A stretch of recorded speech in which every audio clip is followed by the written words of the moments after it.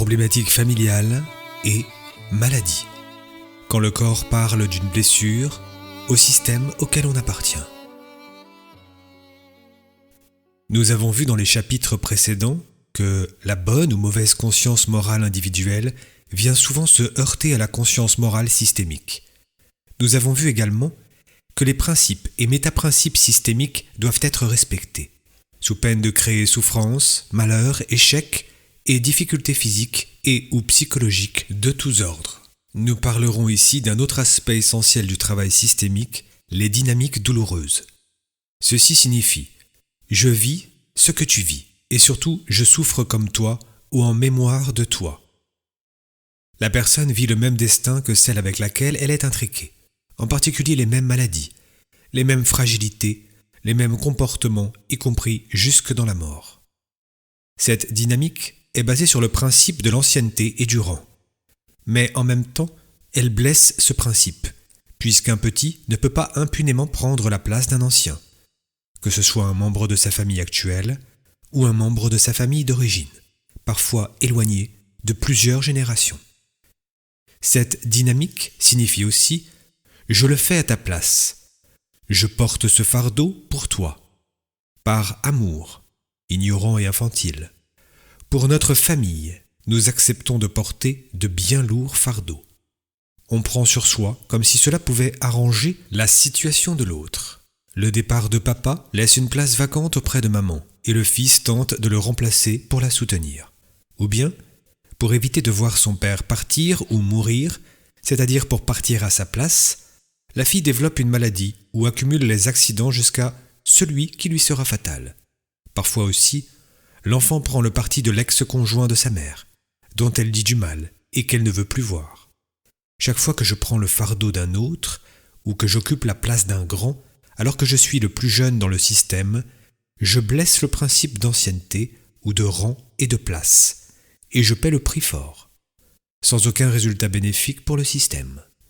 Je ne fais qu'ajouter de la souffrance, la mienne, à la souffrance déjà existante, et la souffrance de l'un ne délivre pas l'autre. Chaque fois qu'un mal est fait, le système trouve le moyen de le compenser, à votre insu. Vos problèmes financiers, votre incapacité à assumer votre vie sentimentale, vos déboires perpétuels peuvent trouver là leur source. Il faut que quelqu'un paie. Ou alors, vous ne comprenez pas d'où vient votre sentiment chronique de culpabilité. À qui appartient-il? Qu'expiez-vous à la place d'un autre? Quand on est malade, c'est la force de réconciliation qui est à l'œuvre. Nous sommes en contact avec une histoire d'amour qui n'a pas su se réaliser entre deux personnes ou groupes de personnes. Quand la maladie est agressive, elle représente quelqu'un qui a fait beaucoup de mal, auquel on est identifié. Quand on souffre d'un organe malade, foie, rein, etc., il est toujours intéressant de trouver quelle est la personne exclue qui crie à travers cet organe malade. Chez une personne alcoolique ou toxicomane, il s'agit de chercher la personne vivante, souvent le père, dont elle est coupée. La fatigue ne vient-elle pas pour me permettre de réprimer ma propre agressivité ou celle d'un autre? La paralysie et toutes les formes de maladies paralysantes peuvent indiquer un lien douloureux avec un ancêtre agressif. Cette maladie empêche de reproduire la violence. Dans la dépression, un lien a été coupé avec l'un ou l'autre parent. Dans les maladies auto-immunes comme la sclérose en plaques, une explication systémique en est que je revis dans mon corps l'agressivité d'un de mes grands-pères vis-à-vis de son épouse. Le système nerveux est féminin, le système immunitaire défensif masculin. L'anorexie vient comme une tentative désespérée d'empêcher un parent, souvent le père, de partir. La boulimie exprime le mépris de la mère pour le père. L'enfant prend la nourriture, ce que donne la mère, et rend ce qu'il a pris par fidélité au père. Une psychose est souvent le rappel d'un meurtre commis dans les générations passées. Le malade essaie de réunir en lui le bourreau et la victime. On ne peut en aucun cas se contenter d'une approche systémique pour soigner les troubles dont on souffre. Il faut veiller à vérifier l'origine de ces troubles auprès de personnes compétentes, car, encore une fois, il n'y a pas de cause ni d'explication unique.